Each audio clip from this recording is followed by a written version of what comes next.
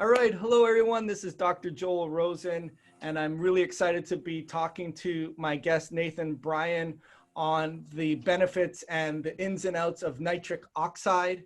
Dr. Bryan earned his undergraduate degree in Bachelor's of Science from the University of Texas of Austin and his doctorate degree of LSU in School of Medicine in Shreveport, where he was the recipient of the Dean's Award for the Excellence in Research. He pursued his postdoctoral training in Kirsten Fellow at Boston University School of Medicine in the Whitaker Cardiovascular Institute.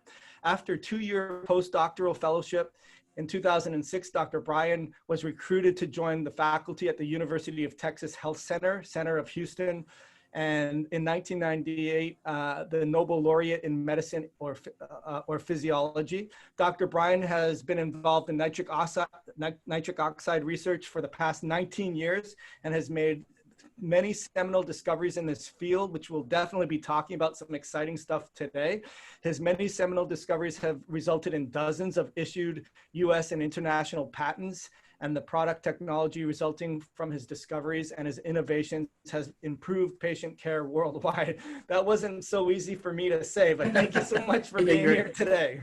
Thank you, Joel. It's great to be with you.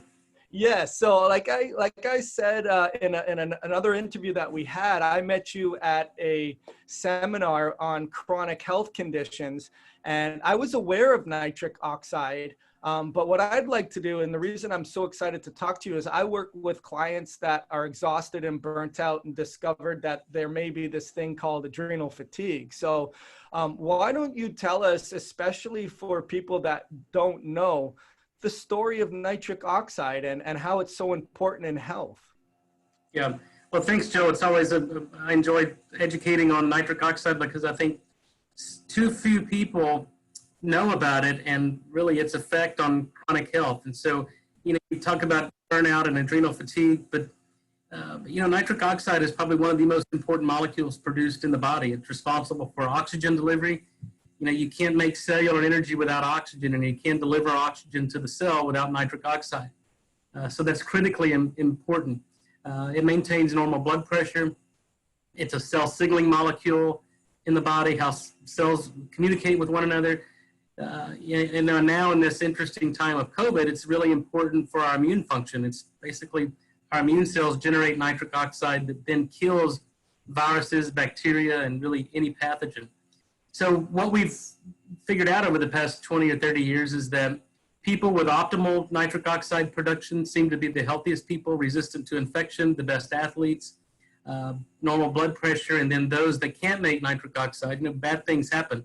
Your blood pressure increases, you have sexual dysfunction, you have cognitive disorders, and you just have a burnout. Your mitochondria don't work, and when your mitochondria can't generate cellular energy, then your body has no energy to do the things that you want to do, to where you can actually enjoy life. Yeah, no, I mean, and you mentioned that last time as well, in terms of pretty much any cellular process or any biochemical reaction or any signaling of the immune system is going to involve nitric oxide. Why, Nathan, is it something that's not understood or talked about or emphasized? Why? Well, Joe, it's still relatively new in terms of scientific and medical discoveries. This molecule was discovered, back in the 80s, and we're 20, 30 years past that. And typically, it takes an average of 17 to 20 years for new discoveries to be integrated into clinical medicine or the standard of care. But nitric oxide, I think there's still not a lot of awareness and education on nitric oxide. I think that stems from a couple of things. Number one, there's not a standard lab that you can pull on your patients to tell you what their nitric oxide levels are. And number two, there's never been really any innovations in nitric oxide drug development or drug therapy. And I think in terms of, allopathic medicine and Western medicine, those are the things that drive awareness. It's new drug discovery, new drugs to market, commonly prescribed drugs, and then diagnostics for, to diagnose the deficiency, which then you correct. So we've been, educating on this for going on 20 years now, and I think we're making some headway. But physicians need to understand this. It's not just important for physicians and healthcare providers, but patients and consumers need to understand nitric oxide, because if people begin to understand this, and I always say it's important you got to do two things to optimize nitric oxide production. Stop doing the things that are inhibiting nitric oxide production, and then start doing the things that have been clinically proven to restore it. And so we'll get into those details here shortly, but it's been my life's mission to bring awareness around nitric oxide, because it's too important for people not to know about it. Yeah, and the title of my mission is to tell the truth about adrenal fatigue, because ultimately there's a lot of confusion around it. And I would say the same thing goes with a patented drug for research, and just the awareness of how compounding it is in the body, and how every aspect of the body really comes down to more of a mitochondrial based fatigue than an adrenal based fatigue. So I guess what I'm trying to say is do you sometimes get you kind of feel like why do not, like, how is it that this is such a misunderstood phenomena, in terms of how important this is? Yeah, well, you bring up a good point. And so, my philosophy, and I think it's corroborated by science, that people get sick for two reasons and two reasons only. Your body's exposed to something that it doesn't need, or it's missing something that it needs. And so, many chronic diseases, all chronic diseases are characterized by some degree of mitochondrial dysfunction. So that's the energy producing organelle of the cell. The other interesting thing about chronic disease is that every single human chronic disease is characterized by reduced blood flow to the affected organ, whether it's erectile dysfunction or whether it's coronary artery disease or kidney disease. There's always reduced blood flow to that particular affected tissue. And so nitric oxide is critical in that, because nitric oxide is what's responsible for delivering oxygen and nutrients to every cell in the body. But even further than that, nitric oxide is what controls and regulates mitochondrial ATP production. So without nitric oxide, you're not getting oxygen to the cell to generate energy. And without sufficient nitric oxide, the mitochondria aren't efficiently generating ATP or cellular energy from that oxygen. So nitric oxide is really considered the holy grail in fixing any human chronic disease, including adrenal fatigue or mitochondrial disease. Really any chronic human disease, nitric oxide plays a role. Yeah, no, really well said. I know that what you have a gift for as well is making a complex subject into easily understandable sound bites, which is great. So you mentioned a little earlier, making sure that you minimize the things that deplete nitric oxide. So let's talk about that. Well, there's two ways the body makes nitric oxide. One is through an enzyme called nitric oxide synthase. It's found in the lining of the blood vessel. And then the other one is through a dietary pathway where primarily green leafy vegetables contain inorganic nitrate that then can be converted into nitric oxide in the body. So the things that disrupt the endothelial nitric oxide production are your standard risk factors. So, smoking, sedentary lifestyle, obesity, diabetes, all that shuts down nitric oxide production. And so you've got to stop doing those things and then correct some metabolic defects. And then in the other pathway, which I think people have failed to recognize, is that 200 million Americans wake up every morning and use an antiseptic mouthwash. And so we now know and appreciate that antiseptic mouthwash disrupts nitric oxide production. It kills the nitric oxide generating bacteria. We see an elevation in blood pressure. You lose the protective benefits of exercise by using mouthwash. Antacids shut down nitric oxide production. Again, over 200 million Americans are on an antacid at any given time. Very dangerous drugs. So you've got to stop doing those things. Stop using mouthwash. Stop using antacids. And then start doing the things that can promote it. Eat a good balanced diet, including lots of green leafy vegetables. Get moderate physical exercise. Get some sunlight. Infrared sauna is very good because that can stimulate nitric oxide production. So those are some really simple kind of biohacking techniques that you can do to stimulate nitric oxide production.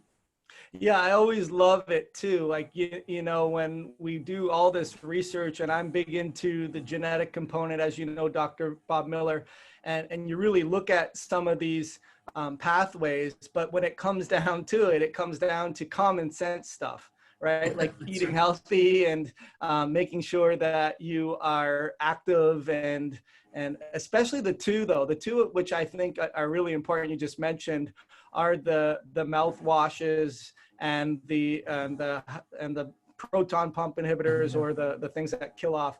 Can you explain why that actually happens? Like get into a little bit of the physiology for people to understand maybe a little bit more deeper. Okay, well, why would mouthwash be a problem? Yeah, so sure, it's a very good point. So, we get benefits from the foods that we eat. And there are certain molecules in certain foods that have to be metabolized by bacteria. So, a lot of people are focused on the gut microbiome and generating, short chain fatty acids and being involved in this process. Well, it's no different in the mouth. So when we eat foods like beets or spinach or arugula or kale, these foods are enriched in inorganic nitrate. And humans can't metabolize this molecule. So we're dependent upon the bacteria in and on the body to do this. And so there are these, what we call nitrate-reducing bacteria that live in the crypts of the tongue in the mouth. And then they're responsible for metabolizing this molecule into nitrite and nitric oxide.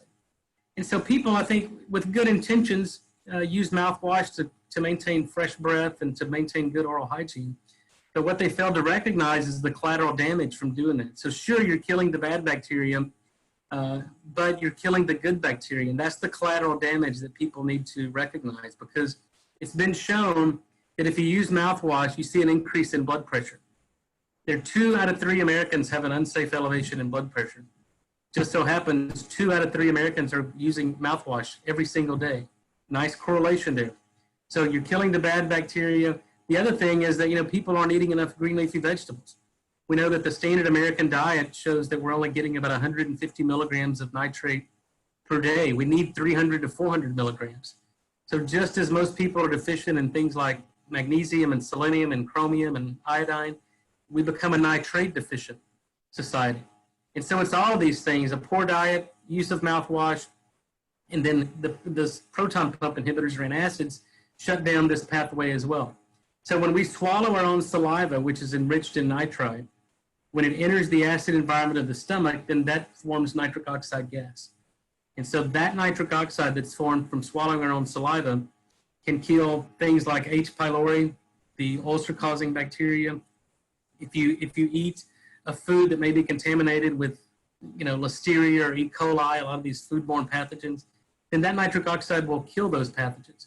But if you can't make stomach acid, you shut down nitric oxide production, you become more prone to foodborne pathogens, you get ulcers, you can't break down proteins into amino acids, and just a lot of bad things happen when you can't make stomach acid, or when you intentionally inhibit stomach acid production. Right. And so just the simple way of explaining it is you're getting rid of the bacteria that helps to convert one form of the compound to another, and then it takes away that therapeutic benefit of producing the usable nitric oxide, like you mentioned, which is essential for basically mitochondrial health and immune health and everything that powers the cells to work properly. That's exactly right. So you mentioned also in our previous interview, I know you talked about like you had a colleague, or you were consulting with a doc who had a challenging patient who had high blood pressure, and they weren't aware of that connection between mouthwash. Are you finding most doctors aren't aware of that, or aren't looking at it in terms of people that have high blood pressure issues or erectile dysfunction? No, there's not a lot of awareness around it. We first published on this probably in 2012. It takes time to get that. And here's the thing, Joel, as you recognize, people, primary care docs or even cardiologists want to treat hypertension with antihypertensive therapeutics. Things like ACE inhibitors, calcium channel antagonists, or angiotensin receptor blockers. But what we're finding is, and these are statistics that have been known for many decades, that 50% of the people that are taking blood pressure lowering medications are resistant to that therapy, meaning that they're not getting adequate blood pressure management or control. So what we're finding is, it really provides an explanation for resistant hypertension, is that the hypertension is caused from oral dysbiosis rather than a renin-angiotensin problem or some fluid imbalance or calcium shuttling within the cell. So what we see is that if you get people off of antiseptic mouthwash, you'll start to see a normalization of their blood pressure. And that's a very difficult concept for cardiologists and primary care docs because it goes against everything they were taught in medical school about the regulation of blood pressure. It's a completely new paradigm now, but we're in this age of the microbiome and genetics, and we're starting to understand this symbiotic relationship and the interaction with bacteria and what they're doing for and to the human body. So it's very clear, and we've published on this and many other groups have published on it. If you take mouthwash, you see an increase in blood pressure, you lose the protective effects of exercise. And if you stop using mouthwash, we're finding that within 4 days, the bacterium microbiome repopulates, you see an increase in diversity, and you get better oral hygiene. So it's a balance. There's a number of bugs that live in the mouth, and they're competing for limited resources. So if you feed the good guys keep the bad guys at bay, and that's the best way to address it. Yeah, no, it's amazing. It comes back down to that simplicity again. I want to ask a couple questions because I always want to have these thoughts that come into my head. But I want to kind of go down that other pathway for the biohackers that listen to this, in terms of, you talked about the endogenous within the epithelial, the NOS, and you mentioned prior when we talked, the rate limiting step is not the deficiency of arginine. So in English, what does that mean for people that read these books about, or the supplements or the magazines about, hey, boost your nitric oxide levels with arginine? Let's get into maybe a little bit of that. Yeah, it's a very good question. And, these products have been on the market for 2 decades now. Shortly after the Nobel Prize was awarded, the first pathway to be discovered was this conversion of arginine to nitric oxide by the enzyme nitric oxide synthase. But we've learned a lot about the biochemistry and enzymology of that reaction. So arginine is what we call a semi-essential amino acid, which that means that you get part of it through your diet, but it's made endogenously through the partial urea cycle. And so the amount of arginine that you need to bind to the enzyme to make nitric oxide, the body already has about 20 to 40 times more than what it needs to bind the enzyme. So giving more arginine does nothing to fuel that reaction. In fact, we now know that giving high dose arginine can actually cause more harm than good. So you can actually, and plus you start to increase the expression of an enzyme called arginase, which then diverts arginine away from nitric oxide production. So the point you make is that there's never a deficiency of L-arginine.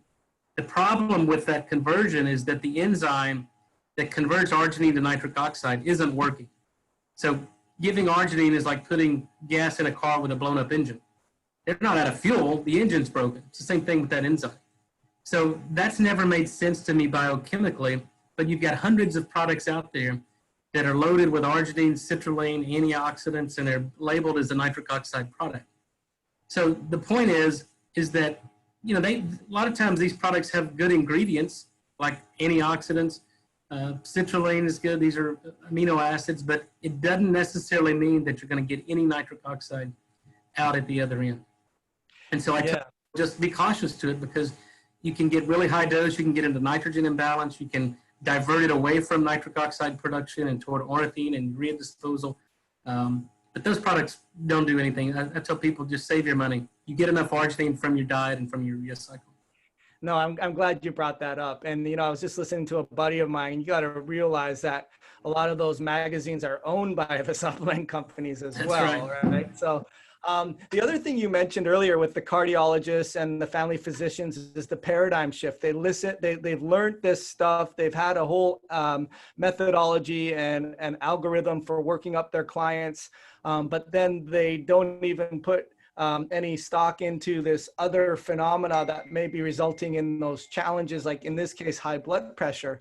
What I wanted to do was maybe get your insight on what other problems are, besides high blood pressure, which we can segue into what your recent developments are, but what other problems where the paradigm shifts need to be made by the doctors to understand that it could be resulting in this phenomena or that phenomena, besides high blood pressure? What are we talking about?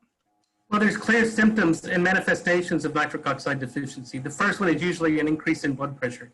I mean, that 2 out of 3 Americans have an unsafe elevation in blood pressure. That's a big market, and cardiovascular disease is still the #1 killer of men and women worldwide. And to me, that's simply unacceptable, because we know what causes cardiovascular disease, a lack of nitric oxide.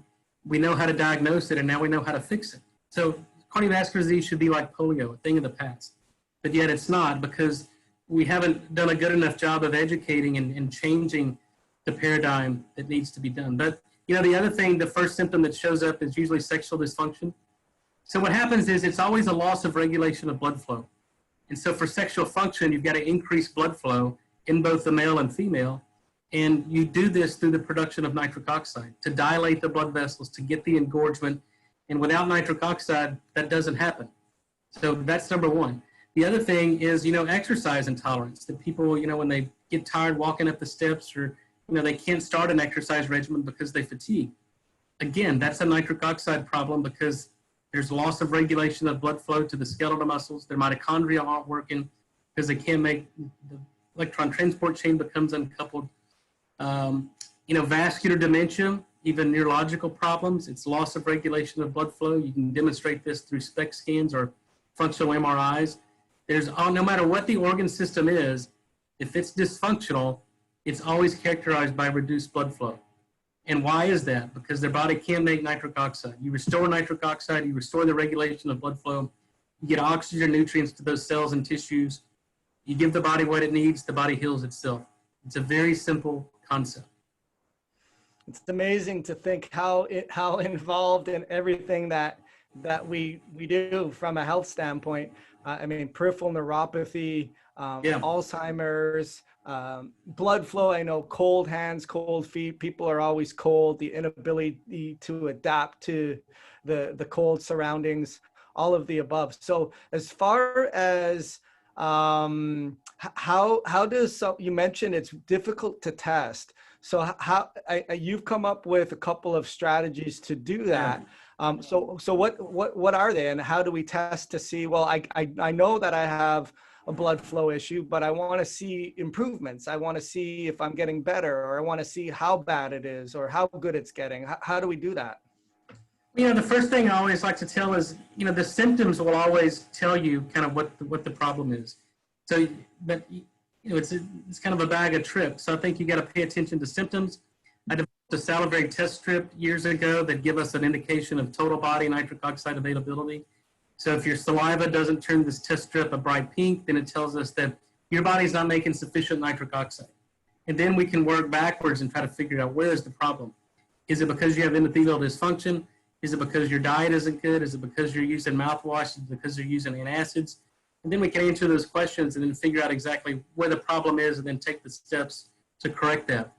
So those are kind of a biochemical test. I tell people it's a good tool to have in your toolbox, but it shouldn't be the only tool you're using. There's some FDA cleared medical devices that really give you a readout of endothelial function.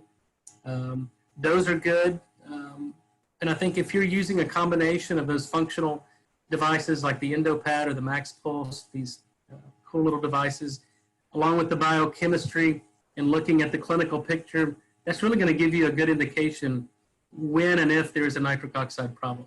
In most of the cases, it's always a problem. And so it should be a consideration.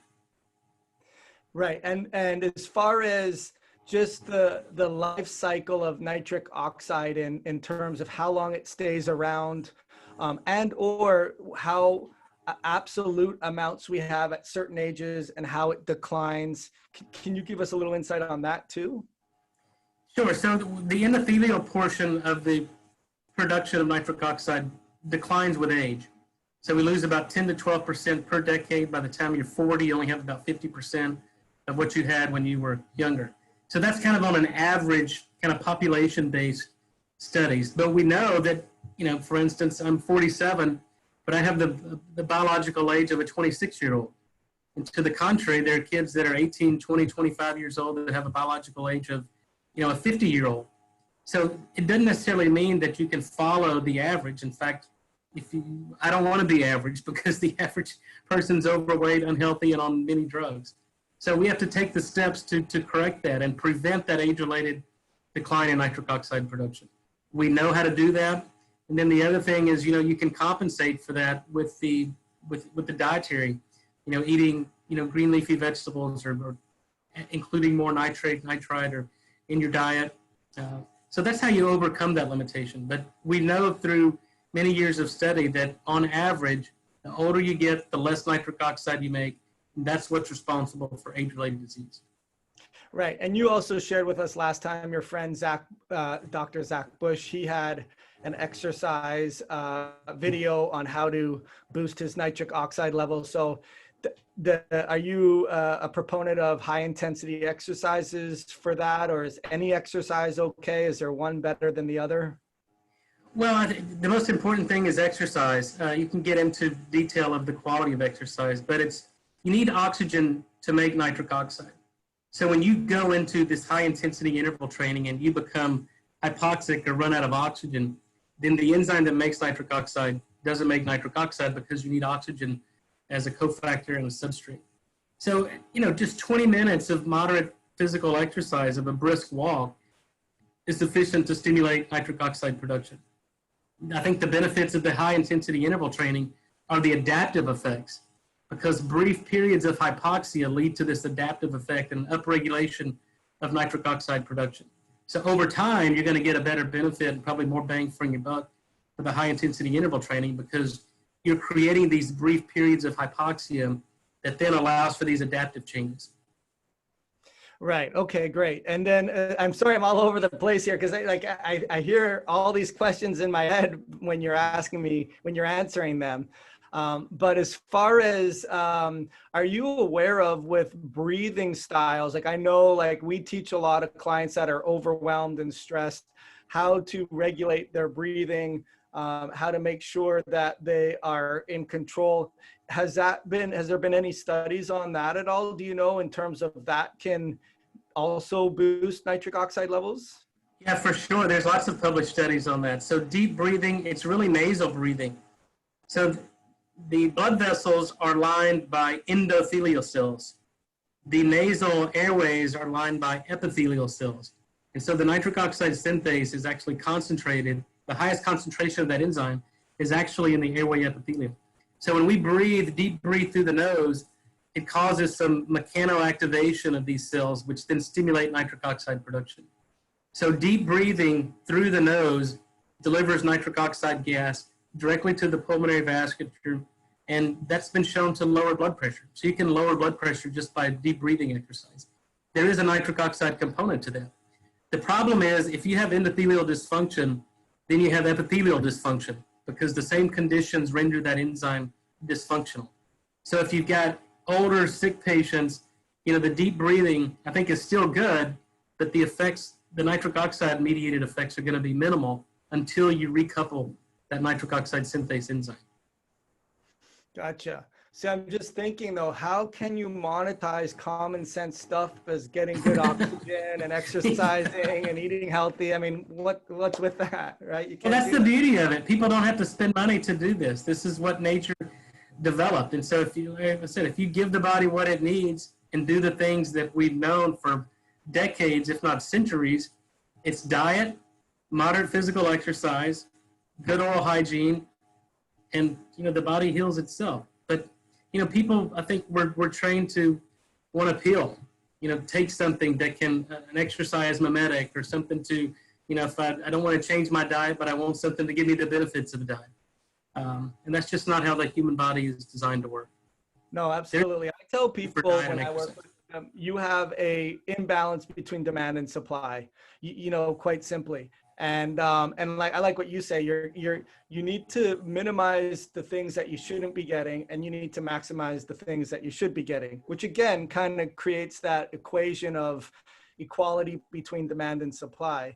But let's just say, hey, listen, I like the concept of biohacking. I appreciate the no mouthwash, the no proton pump inhibitors, getting good activity, understanding arginine is not the rate limiting step. But what can I do in terms of, is there something that I could use to boost my nitric oxide besides healthy quality foods? Yeah, sure. So, in 20 years of research, I have dozens of issued patents. We've productized a lot of these discoveries. So I have products on the market that are patented, clinically proven in randomized, placebo-controlled clinical trials. And so that gives people, if you need to supplement and your lifestyle doesn't allow you to change your diet and get moderate physical exercise, then we have technology that does two things. Number one, if your body can't make nitric oxide, we do it for you. But number two, and perhaps most importantly, we fix the enzyme that makes nitric oxide. So we actually improve the body's own ability to make nitric oxide. And this is a product in the form of an orally disintegrating tablet. You put it in your mouth, this matrix falls apart, and it basically generates 20 to 30 parts per million NO gas. There's some other products we have on the market that are, a standardized beet powder that you can take. A lot of teams are using it for athletic performance. So those are on the market. I mean, it's a great product. It's the only products on the market that actually generate nitric oxide gas. I prefer not to mention them because I'm more interested in educating the public. People can find them. We're out there. But, for people who are looking for biohacking techniques and, if they're in a position where they don't or can't change their diet or lifestyle or can't even begin an exercise regimen because they're so nitric oxide deficient, then we can get you to where you need to be through a dietary supplement or a functional food. Oh, no, I appreciate that. And I told you that I was going to ask you about that as well, if I had your permission. And if it's okay, we'll put those in the show notes as well. But what I do want to get into, because I said, hey, listen, I interviewed you before. I want to hear what's new. And you said, well, I do have something that's new. And it's not enough to have all these patents and sit on your butt and, just, watch the time go by, but you're constantly doing things, Nathan. So why don't you tell us what you've just mentioned to me in terms of phase 3 and what you're looking at right now? Sure, Joel. So, I'm trained as a drug discovery biochemist. And so, I think we were very fortunate early on when we discovered some natural product chemistry that we could bring safe products to the dietary supplement and nutritional industry that's changed the lives of, countless people. But, my objective from day one was to develop safe and effective therapeutics where we could actually get into, the standard of care and develop this. But as you know, this takes many, many years. So the standard drug discovery takes 8 to 10 years and usually hundreds of millions of dollars to take a drug from discovery all the way through, phase 4 clinical trials and get an approved drug to market. So we've been working on that for a number of years. And then, COVID came, and this provided really a unique opportunity because of this fast track and the Operation Warp Speed from the current administration. So we've developed a safe and effective nitric oxide drug that we now have into phase 3 clinical trials. So everything we know about COVID, Joel, in the past 10 months, from the populations that's most at risk for infection, to the patients that rapidly progress to hospitalization, ventilation, and death, it all points to nitric oxide. So the patients that have the underlying comorbidities like hypertension, diabetes, kidney disease, lung disease, all that's a symptom of nitric oxide deficiency. Nitric oxide produced by our immune system actually inhibits the coronavirus replication. So as you know, we're exposed to viruses every single day. And some people get sick, some people don't. I haven't been sick from a viral or bacterial infection in over 20 years. But yet we know every season of the flu comes along.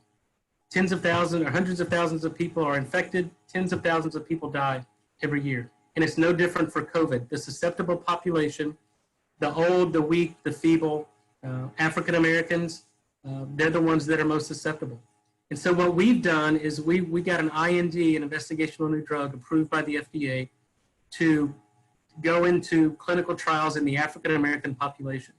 Because African Americans have about a 4 times higher rate of infection, about a 3 times higher rate of hospitalization, and a 5 to 6 times higher rate of death from COVID. And so it's the African-American population, the known health disparities for many, many decades, that renders them nitric oxide deficient and explains the increased risk of infection, hospitalization, and death. So what we're doing is we've taken African-Americans that have had a positive COVID test within the last 72 hours, whether they're symptomatic or asymptomatic. And then this is a double-blind placebo-controlled study. They're either going to get an active or a placebo. And then we just follow them for 30 days and look at the rates of hospitalization. We're monitoring their oxygen levels throughout the day. And after 30 days, we're seeing really remarkable results with that. So I hope to have the study completed by the end of the year and hopefully have a new drug on the market shortly thereafter. So this is very exciting to me because, we fast-tracked a drug, a very safe, but also a very effective drug that there's no drug like it on the market. It generates nitric oxide, and we're protecting a very vulnerable population and really addressing the health disparities of African Americans that everybody likes to talk about, but nobody's done anything about it for the past 40 years. And I'm very proud to say that we're accomplishing that. No, that's awesome. There's so many things I could ask you on that. So as far as, would that be something that someone would, obviously everything we've talked about up until now would be that prescriptive medication as well, pardon me, in terms of removing the antacids, in terms of getting off the proton pump inhibitors, exercising, making sure they're getting good nutrients and veggies and nitrates, pardon me. But would I need to have a prescription for that? Or so this will be an FDA approved drug that will be prescribed by a physician. Obviously we're doing a COVID trial. We've got other drug trials ongoing for ischemic non-occlusive coronary disease. We've got some preclinical data, actually some clinical data in heart failure with preserved ejection fraction, pulmonary hypertension. So all these are targets that we're developing drug applications for. The first is COVID because it's kind of the low-hanging fruit. We can get rapid emergency approval for that. But, I suspect as with most drugs that, like hydroxychloroquine, that's not an antiviral drug. It's an anti-parasite drug, but, they're using it off-label for COVID. And so I suspect that if we do our job on educating on the importance of nitric oxide and the mechanism of how this drug works, that it'll have very important off-label use until we can get other nitric oxide drugs approved for specific indications. Yeah, hopefully it'll be that Trojan horse that allows doctors in the know to just improve the quality of health of the community in general, ultimately. That's right. So two last questions I have, because I do respect your time and I appreciate so much that you're taking the time to talk to me. I want to know, do you have a stated mission statement? What drives you to continue to research and do this? Is there a personal story, or is there something that you have in terms of hey, my mission is this? Can you share that with me? Yeah, Joe, I got into science because of discovery and the medicine side of things because you want to leave a lasting legacy. I think that all of us are driven by that. We want to make an impact in people's lives and change people's lives. And unfortunately, very few people are ever put in a position to do that. And I feel very blessed and fortunate to have made some discoveries in nitric oxide. And, that's all I've done for 20, 25 years now. And so my mission and objective now is to create safe and effective nitric oxide technologies in every segment of the market around the world, because I'm convinced, and I think the science should convince everybody, how important this is. And your body cannot and will not heal until you restore the production of nitric oxide. So I'm driven by the fact that, I've got a pretty good head start on people. We have patents that nobody else can utilize or practice. And so I know how to make nitric oxide. And so my objective has been and continues to be to bring nitric oxide, safe and effective technologies to the masses. That's awesome. I'm just finishing a book called The Click Effect, and it talks about sort of how that perfect storm of your environment and your education comes to a click moment. Actually, it's called the click moment. And I think the click moment in this instance it's kind of astounding to understand why has this not been already approved, accepted, and fully blown, integrated into the world. And this happens to be your specialty. Yeah, you know, Big Pharma has been working on nitric oxide drugs for decades. Most of them have abandoned it because their approach was not the right approach of putting a nitric oxide linker molecule on a parent drug. We've used a different approach. You know, most drug companies apply principles of applied pharmacology. They want a one drug, one target. And really, that's not how the human body is designed. I operate on principles of applied physiology. So we want to understand the disease to the extent that we can fix it. And in that model, there's no paradigm for a synthetic drug or application. So what we've done is basically we understand how much nitric oxide a normal human makes in 24 hours. We understand what goes wrong in people that can't make nitric oxide. And then our technology, whether it's in the nutrition space or in an approved drug, is always based on those same principles. If your body can make nitric oxide, we do it for you, and then we fix the enzyme and improve the body's ability to make it. That's outside the paradigm of big pharma and typical drug discovery. So I think that's the reason, you know, if big pharma had been successful at this years ago, you know, these drugs would be as popular as statin-based drugs now. So I think, you know, we're on a 20 or 30 year runway here, the very early stages. But I predict in 5 to 7 years, nitric oxide will be, you know, like vitamin D and like fish oil. You know, everybody will know about it. Everybody will be taking a form of it because you can no longer ignore the health benefits of nitric oxide, and you can no longer ignore the consequences of insufficient nitric oxide.